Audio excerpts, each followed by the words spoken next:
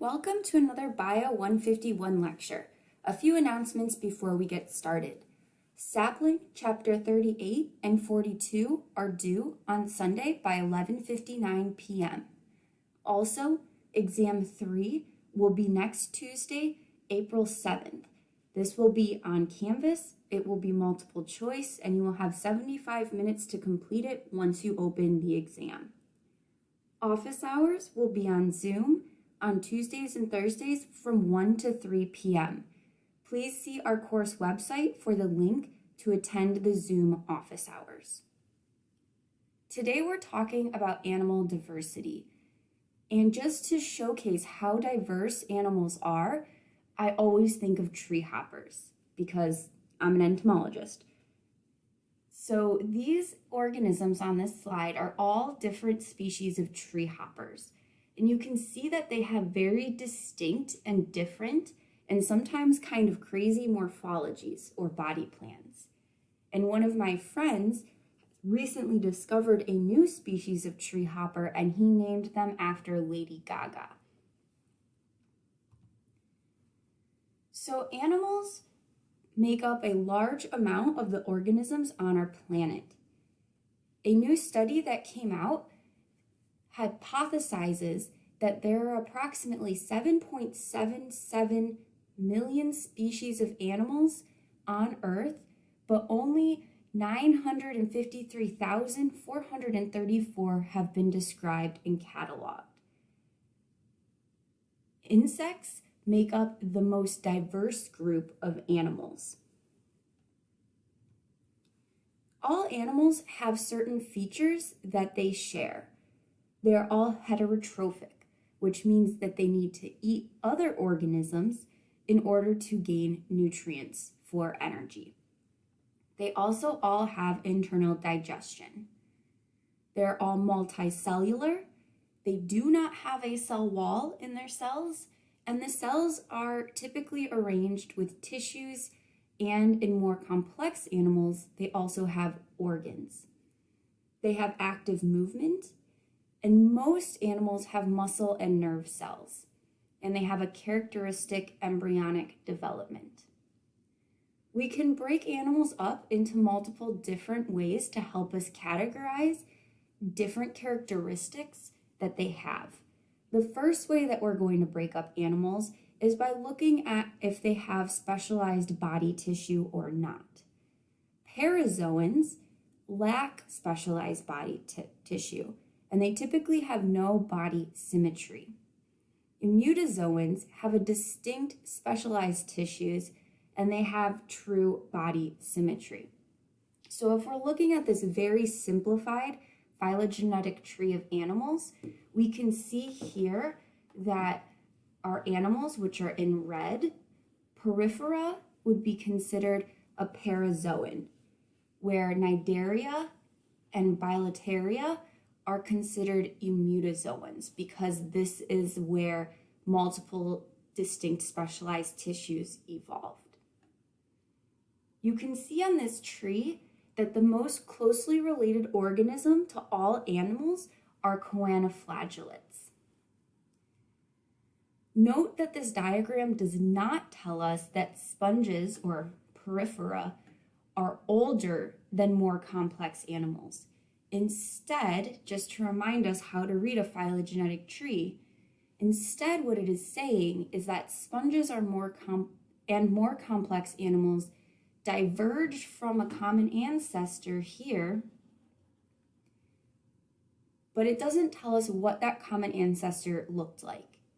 Similarly, if we look at Cnidarians and Blattarians, we can see that they diverged from their last common ancestor at a single point in time and are equally old but structurally different. And we do not know what that common ancestor looked like.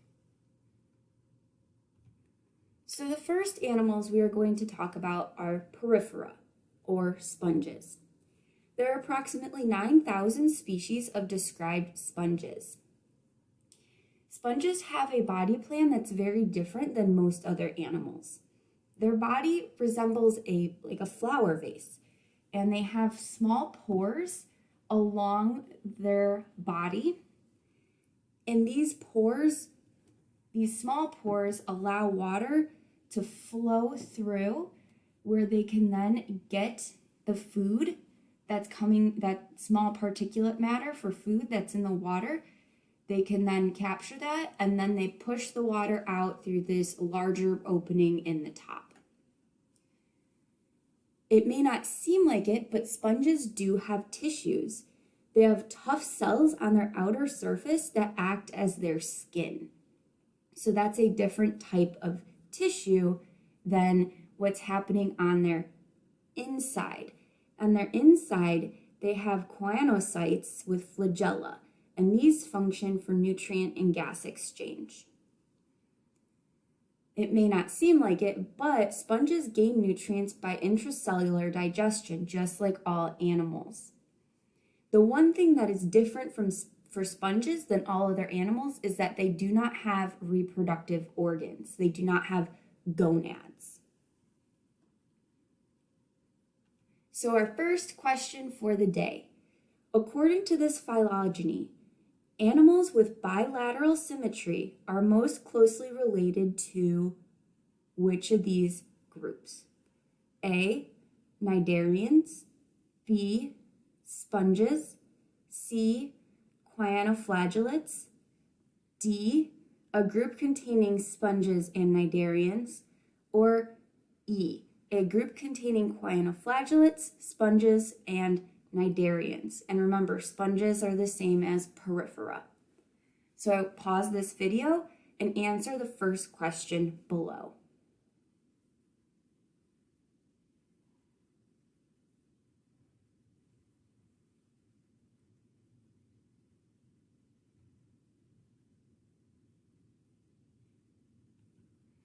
Okay.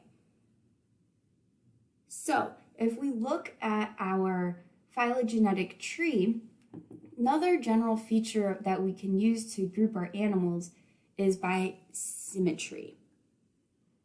So we have two different types of symmetry. We have radial symmetry, which are in the cnidarians, and we have bilateral symmetry, which is in bilaterans, which includes most other animals, including humans, insects, snails, etc. So if we're looking at symmetry, in radial symmetry, the body axis that runs from the mouth to the base has many planes of symmetry around its axis. So sponges have no symmetry at all. In cnidarians, they have radial symmetry. So here in the sea anemone is its mouth, and you can cut this organism in many different planes and you would get an equal shape. So we have a radial symmetry. In bilateral symmetry, a single plane of symmetry runs from the mouth to the tail. So if we look at this insect, we have its mouth, and if we cut down the middle to its rear end, so insects don't have tails, but to its posterior end, one half would be identical to the other half. This is the only location where we can cut this organism and have identical parts. Where in radial symmetry, we can cut in multiple planes and have identical parts. In bilateral symmetry, organisms have a distinct front, also called the anterior. So in the insect, this where its faces would be its anterior. It has a distinct back, which would be its posterior. It has a distinct top, which we see in this picture, and so that's the dorsal side.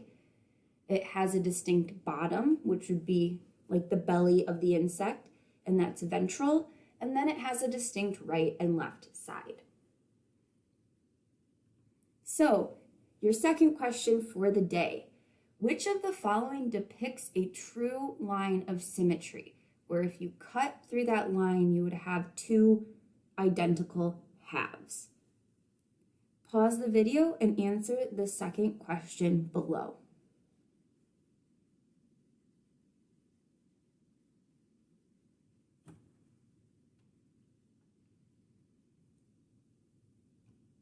Our next group of animals we are going to talk about are the cnidarians. And the cnidarians include organisms such as jellyfish, sea anemones, and corals.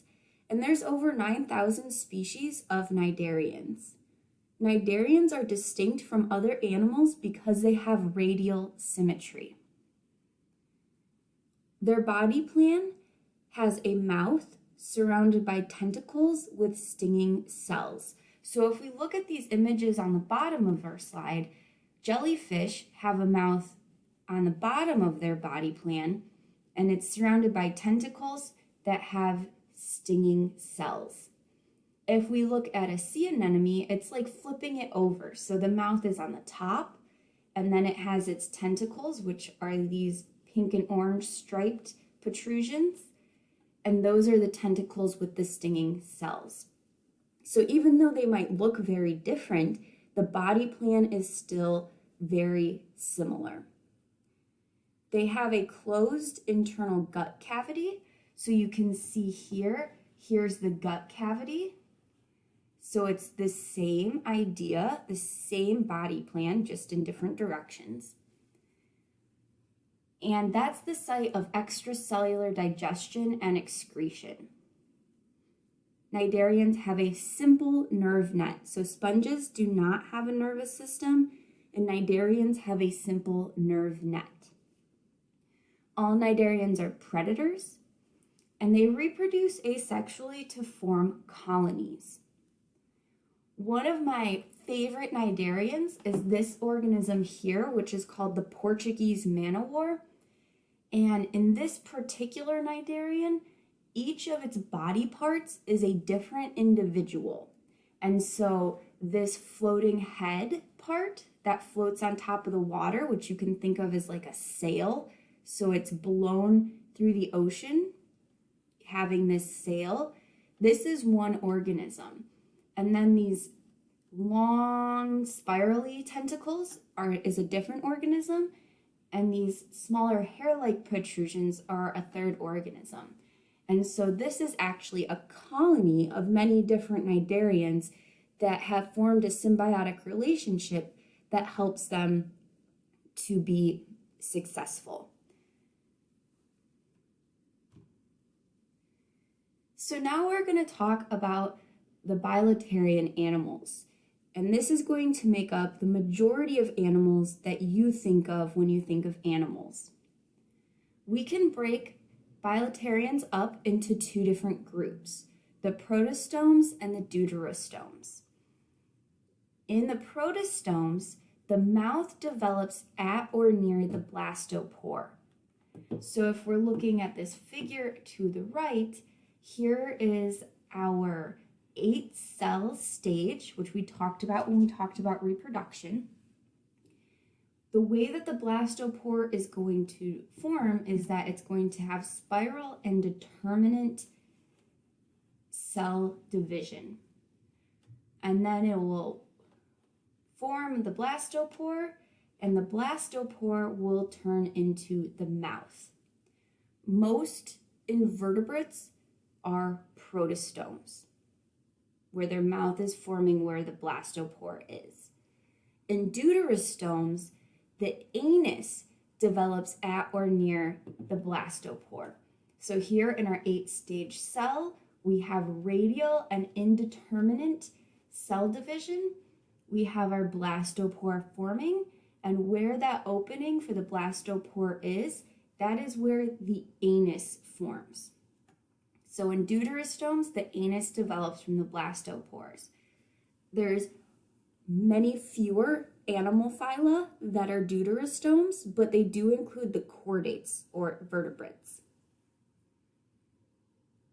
The protostomes can be broken down into two different groups, the ecdysozoans and the lophotrochozoans. So we're going to go through these two groups next. So the first group of protostomes that we're going to talk about are the Lophotrochozoa. And these organisms include mollusks and annelid worms, and they make up nearly half of all the animal phyla. So the first group in Lophotrochozoa are the annelid worms. And annelid worms, such as an earthworm, have a cylindrical body with distinct segments. At one end, you can see here that they have a head with a well-developed mouth. They have nerves, so you could see here they have a central nerve cord that is going through their body. Their digestive system extends through their body from the head all the way to the anus, with a sequence of specialized organs in their body that help them crush and digest and finally excrete their internally digested food. So it's very similar in that way to a human digestive system. These organisms actively move through the environment, searching for food. Many annelids are predators that capture and ingest prey, but some, like earthworms, ingest sediment and they digest the organic matter it contains and excrete mineral particles. A few marine annelids have evolved tentacles that enable them to filter food particles from the water, while leeches, seen in this picture here, attach themselves to vertebrates to suck out blood.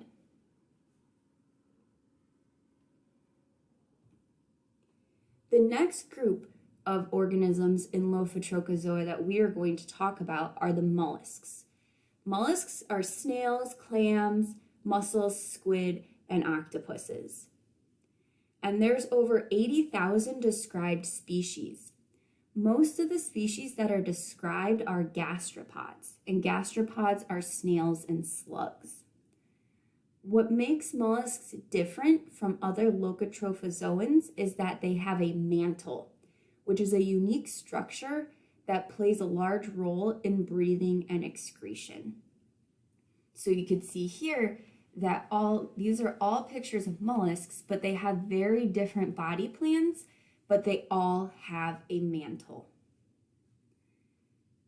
We are not going to talk about any other Lophotrochozoans, although if you see on this, as you see on this phylogenetic tree, there's many other Lophotrochozoans that you can look up and explore on your own. So Lophotrochozoans are one group of protostomes. The other group of protostomes are the ecdysozoans. Ecdysozoans include organisms such as nematodes, insects, and crustaceans. They secrete a cuticle made of a protein that covers and protects their body from injury and drying. So ecdysozoans have an exoskeleton or a cuticle. Because their skeleton is on the outside of their body, all ecdysozoans have to molt. They have to remove that external cuticle during growth, and as they remove that cuticle, they produce a very soft, larger body underneath, and then that soon hardens into a new protective covering. So here's some pictures of some Lophotrochozoans. These are tardigrades. This is a velvet worm, and here is a millipede. We are not going to talk about tardigrades or velvet worms, but they're some of my favorite ecdysozoans because I think that they're very cute. The two groups of ecdysozoans we are going to talk about today are the nematodes and the arthropods. So nematodes are the first group of ecdysozoans that we are going to talk about, and they are one of the most numerous of all animals on the planet. So there's many nematodes in many different habitats. So they just have a large number of these organisms living on our planet. There are over 20,000 described species of nematodes. Nematodes have elongated cylindrical bodies. They have simple organs, which includes a nerve cord. They have rudimentary muscles, which help them move through their environment, and they have gonads. And gonads are structures that allow these animals to produce reproductive eggs and sperm. Their body, like all ecdysozoans, is covered in a tough cuticle that they have to molt out of during growth. One of the reasons that nematodes are so fascinating is that some of them are parasitic. So these include hookworms and filarial worms. Filarial worms cause lymphatic filariasis, or what is commonly known as elephantiasis. And you can see this picture here. These are two women who are infected with filarial worms, and they have severe cases of elephantiasis. Hookworms, which are here, pictured right here, are intestinal blood-feeding parasitic nematodes that can cause types of infection known as helminthiasis. It's common in countries where there's poor access to sanitized, clean drinking water and good restroom facilities. Another type of parasitic nematode is also a filarial worm, but this particular worm causes what is called river blindness. So these nematodes are transmitted by black flies, and if the infection gets severe, the larvae of these worms will travel to the eye, and they will cause people to go blind. Now we're going to watch a video about elephantiasis. Lymphatic filariasis, or LF, has been eliminated as a public health problem in 2 states in Nigeria, thanks to a collaborative effort led by Nigeria's Federal Ministry of Health and the Carter Center. The mosquitoes, they are not infected anymore, and younger children are not showing evidence that they have it. We believe that if you extrapolate these results from Plateau and Nasarawa to the whole country, that it will be possible to eliminate LF in Nigeria. More than 120 million people are at risk of contracting LF in Nigeria, Africa's most endemic country and the second most endemic in the world. This is a grotesque disfiguration, causes great suffering, and is one of the major causes of disability, actually, in the world. Often seen as elephantiasis, LF is a parasitic disease spread by mosquitoes. The mosquitoes take the infection from one person and transmit it to the next.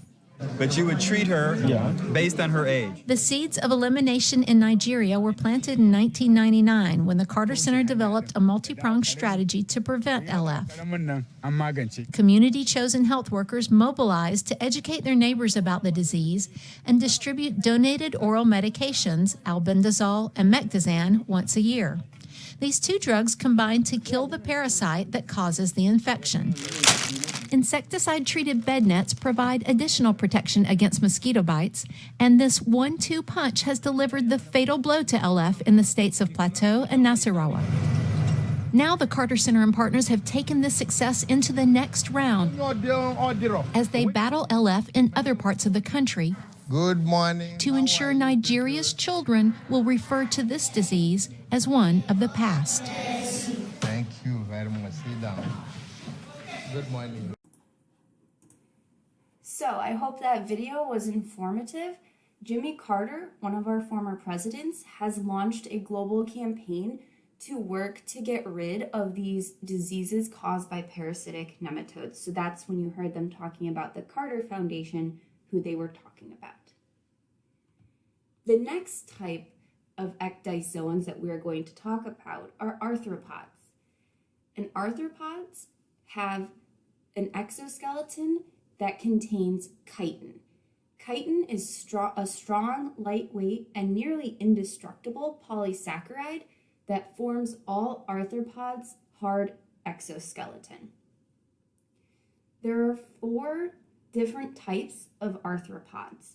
The first are the chelicerates, and the chelicerates are distinct from the other arthropods because they have pincher-like claws called chelicerae. They are the only arthropods that lack antennae, and they include spiders, scorpions, and their relatives, such as this whip scorpion down here. The next group are the myriapods, and they're called myriapods because of their many pairs of legs. And this includes centipedes, and millipedes. Next, we have crustaceans, which are here. Crustaceans have branched legs, and this includes lobster, shrimp, and crabs. And notice that crustaceans are not a monophyletic group, but they're still called crustaceans. And the last group of arthropods are insects. Insects were the first animals to evolve wings nearly 350 million years ago. Insects have highly specialized eggshells that can withstand desiccation, or they can withstand being in dry environments so they don't dry out. There's over 1 million described species of insects that makes them making up 80% of or more of all known animal species. So they are the most prolific animal species on our planet. Insects can be broken down into two different groups. Those that go through complete metamorphosis, which would be organisms such as butterflies, where they have a caterpillar juvenile stage and then the butterfly adult stage. So they completely metamorphosize or change when they molt from juveniles to adults. The other group of insects go through incomplete metamorphism. So that means that they look similar throughout their entire lifespan. The only thing that's different from when they're juveniles to adults is that the adults have wings. So an example of incomplete metamorphosis is grasshoppers or stink bugs, like those brown marmorated stink bugs that are in your house all the time in the winter. So now we're going to talk about deuterostomes. And remember, deuterostomes, their anus develops at or near the blastopore. We're going to focus on some of these phyla, but not all of them.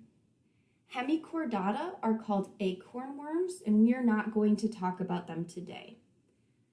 Then we have Echinodermata, which are sea urchins and sea stars, and then Chordata, which are the vertebrates and closely related invertebrate animals such as sea squirts or tunicates.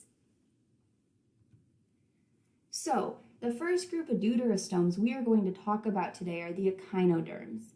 There's approximately 7,000 described species, and these include sea stars and sea urchins, which include sand dollars, as well as brittle stars, sea cucumbers, and sea lilies. All echinoderms have five-fold symmetry on top of their basic bilaterian organization. So if we look at this sea urchin here, we can cut the sea urchin in half. Here's its mouth. And that would give us that bilateral symmetry. But if we look at this picture here, you can see that there's 5 ways that you can cut through bilaterally to get identical symmetry. Same thing with sea stars, or you might have heard them called starfish. So they have 5-fold symmetry because they have 5 parts or legs coming off of their central body. Their skeletons are made of interlocking plates of porous calcite, which is a form of calcium carbonate. They have a water vascular system, which is a series of fluid-filled canals which permits bulk transport of oxygen and nutrients through their body. They also have tube feet, which allows them to move through their environment. The next group of deuterostomes we're going to talk about are the chordata. The chordata are distinguished by 4 principal features that they all have at some time in their lives. All chordata have a dorsal hollow nerve cord, a notochord, which is a stiff rod of collagen and other proteins that runs along the back and provides support for the access in some chordates, pharyngeal gill slits, and a postanal tail. And you might be thinking right now, humans are chordates, we have a backbone, but we don't have tails. When we're developing as embryos and as a fetus, there is a period of time when we have a tail. It is just lost during embryonic development. Chordata is comprised of cephalochordates, tunicates, and vertebrates. And this picture here is a cephalachordate amphiox, and you can see that it has all of the distinguishing four principal features. Tunicates are the most closely related animals to vertebrates. There's about 3,000 described species. So tunicates are our closest related invertebrate relatives. You might be thinking, how is that possible? They don't look anything like animals, but they are. They are highly specialized filter feeders. And you can see here, this is their adult body plan, and they have a basket-like structure, which is highly modified for filter feeding. They have a mouth where the water comes in, and you can see here, here's their pharynx with their pharyngeal slits. So that's one of the requirements to be in a chordate. So the water comes in, they filter feed, and then they push out the water through this second smaller hole, which is their anus. So it's a similar digestive system to ours, it's just more of a U shape. If we look at the larval body, this is where we see most of the requirements to be considered a chordate. It includes a notochord, a neural tube, and a long tail with a muscle. Tunicates can be very beautiful and very diverse in their coloration. So you could see here's a different type of tunicate, which is a very pretty blue color. Now we're going to talk about vertebrates. So to be considered a vertebrate, you have to have a vertebrae, which is a jointed skeleton that runs along the main axis of the body, forming a series of hard segments. A lot of times we say it's our backbone. To be a vertebrate, you also typically need a cranium, which protects a well-developed brain.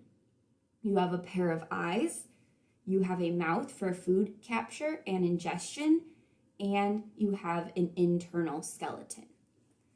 Vertebrates are a monophyletic group of animals. Invertebrates are not a formal taxonomic grouping, but instead we just use that term to separate all other animals from vertebrates. So now we're going to talk about the different types of vertebrates. The first are jawless fish, and these, if we see on our phylogenetic tree, are hagfish and lampreys. So these organisms are the earliest branching of vertebrates. So fish in general are the earliest branching and most diverse group of organisms. And so fish include our jawless fish, cartilaginous fish, and bony fish. So these are the most diverse group of vertebrates. In jawless fish, they have a cranium built of cartilage, but they lack jaws, hence the name jawless fish. Because they do not have jaws, they feed on soft food. Hagfish tend to feed on marine worms and on dead and dying sea animals, where lampreys are parasitic and suck blood fluids from fish prey. So you can see here, this is what their mouth looks like. So they do not have a jaw. And because of that, what they do is they literally attach on to the animal. And then if you're a lamprey, then they just suck blood while being attached to this organism. Lampreys have a vertebral column built of cartilage, where hagfish have lost their vertebrae. The next group of vertebrates are the cartilaginous fish, and there's around 800 species, and these include sharks, rays, and chimeras.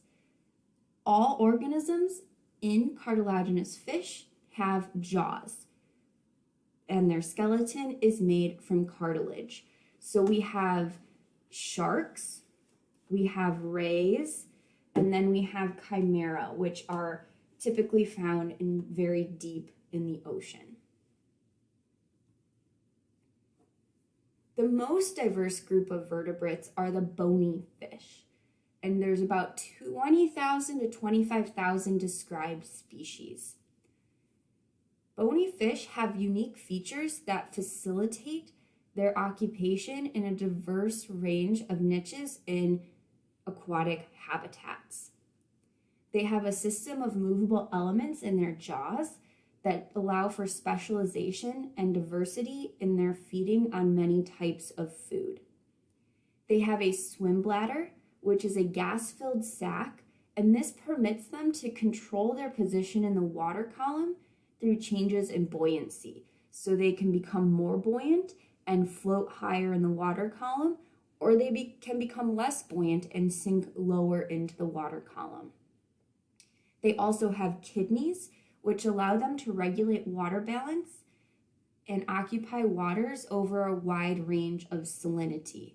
So their kidneys are what allow fish to live in, for example, the ocean. So if we look down here, we have a seahorse. This is a sailfin tang.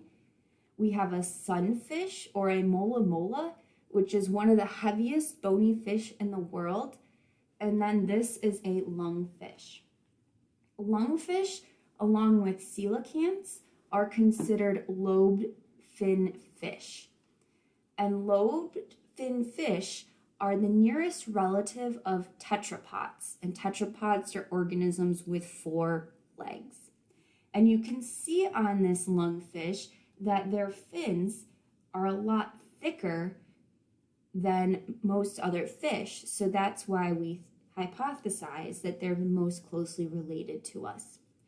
Also, lobed fin fish, in particularly lungfish, have lungs that allow them to breathe oxygen for small periods of time. So they can bury themselves in the moist mud so they don't dry out, but they can actually breathe air and get oxygen from the air. Which is why out of the lobed fin fish, lungfish are more closely related to tetrapods. So next question. According to this phylogeny, the group marked bony fish, which include rayfin fish, coelacanths, and lungfish, is A, monophyletic, B, paraphyletic, C, polyphyletic, or D, diphyletic. So pause the video and answer the third question below.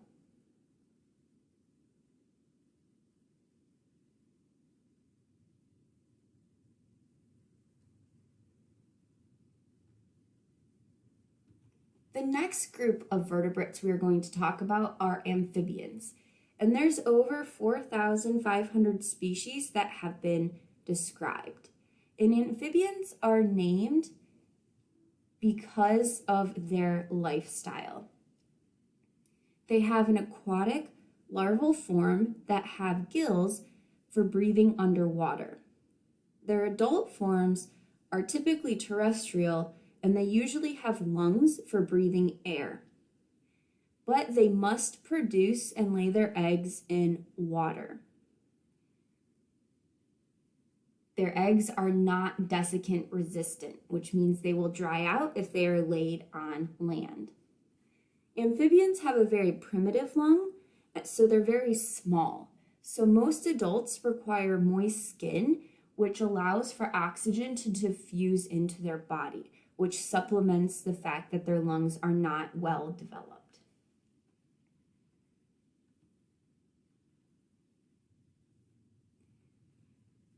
So when we talked about reproduction, we briefly talked about amniotic eggs. And amniotic eggs have a desiccant-resistant shell.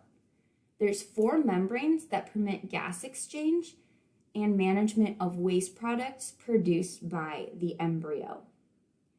Amniotes are a group of vertebrates that live in dry terrestrial habitats that amphibian eggs cannot tolerate. So if we see on this phylogenetic tree, walking legs evolved, and we have our amphibians, and then the thing that separates amphibians from the rest of the vertebrates is the evolution of the amniotic egg. Amniotes include lizards, snakes, turtles, and crocodilians, which are commonly referred to as reptiles, even though you can see here that that is not a monophyletic group because it leaves out birds. Birds are amniotes, as are mammals. Most mammals, many lizards, and some snakes have evolved the ability to have live birth rather than laying an amniotic egg in the way we think of like a chicken egg, for example. Nonetheless, they retain the specialized membranes that are characteristic of all amniotes. Instead of being wrapped around the embryo inside a tough eggshell, these membranes surround and protect the embryo inside the womb. So even though most mammals don't lay eggs in the same way a chicken would lay an egg, we still retain similar membranes that have the same function as the embryos developing inside our body. So now we're going to talk about reptiles, and I have quotations around reptiles because reptiles are not a monophyletic group. There's over 6,000 described species of reptiles, and they include lizards, snakes, turtles, and crocodilians. They, for the most part, lay an amniotic egg with a very leathery shell. They have thoracic breathing with lungs, and they are ectothermic. There's between 9,000 and 10,000 described species of birds. Birds are different from all other reptiles because they have modified reptilian scales which have evolved into feathers. They have a flight skeleton since most birds can fly. So their skeleton, their bones, are thin and hollow. They have super efficient lungs, which we talked about when we talked about respiration, and they are endothermic. And the last group of vertebrates are mammals, and there's over 5,000 species of mammals. Mammals differ from all other vertebrates because they have mammary glands, which produce milk, and they have hair instead of scales, and they are endothermic. There's 3 groups of mammals. The first are the monotremes, and the monotremes actually lay eggs. They do secrete milk, but they secrete milk on patches on their skin that their offspring then lick off. Monotremes are platypi and echidnas. The next group of mammals are marsupials, so such as kangaroos, wombats, and the only marsupial in North America, the possum. And marsupials give live birth, but after they give birth, their offspring have to crawl into a specialized pouch where they then develop. All other mammals are placental mammals. So here's placental mammals, including hippos and whales, cattle, deer, pig, horses, carnivores, primates, which includes humans. And placental mammals give live birth of a fully developed offspring. So now our last clicker questions for the day.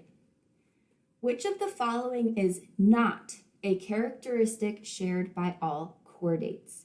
Is it A, dorsal nerve cord, B, pharyngeal slits, C, postanal tail, D, vertebral column, or E, notochord? So pause the video and answer the fourth question below.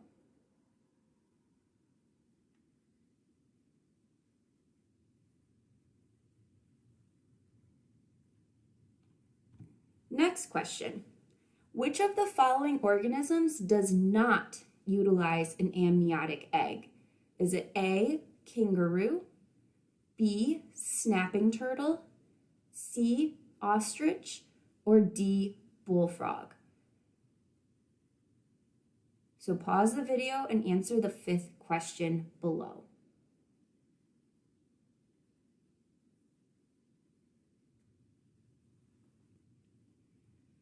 And your final question for today. Bilaterians are divided into two monophyletic groups, the blank and the blank. Are they the Protostomia and Deuterostomia, B, Lophotrochozoa and Ecdysozoa, C, Chordata and Hemichordata, or D, Eumetazoa and Parazoa? So pause the video and answer the sixth question below.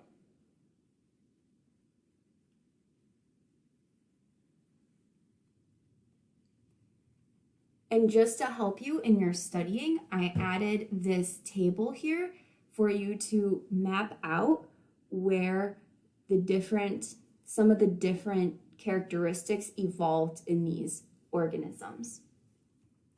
If you have any muddiest points, please post them on our discussion board, email me, or attend your Zoom office hours on Tuesdays or Thursdays from 1 to 3.